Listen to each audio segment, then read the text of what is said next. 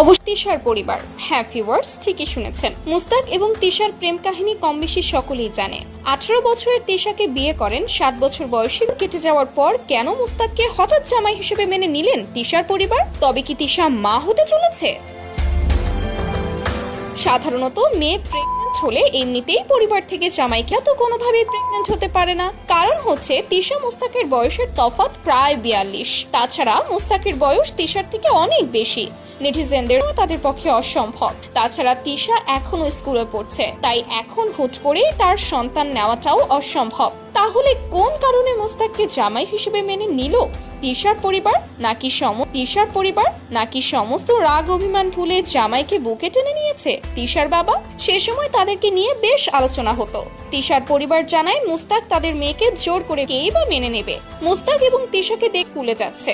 যাই হোক, মূল কথা হচ্ছে হঠাৎ 6 বছর পর তিশার পরিবার কেন মুস্তাককে মেনে নিল। জানা যায় বিয়ের পর তিশাকে তার বাবা, শুধু তাই নয়, তিশা যেন তার বাবার বাড়ি যেতে না পারে সেজন্য তিশাকে বিভিন্ন ভয়ভীতি দেখাতো মুস্তাক। যদিও এ ব্যাপারে বিভিন্ন গণমাধ্যমে সাক্ষাৎকার দিয়েছে তিশা উঠেছিল।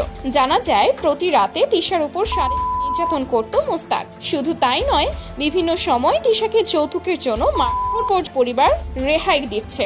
তো ভিউয়ার্স, আপনাদের কাছে কি মনে হয় মুস্তাককে জামাই হিসেবে মেনে নেওয়ার কারণ কি? অবশ্যই জানাবেন ভিডিওর কমেন্ট বক্সে।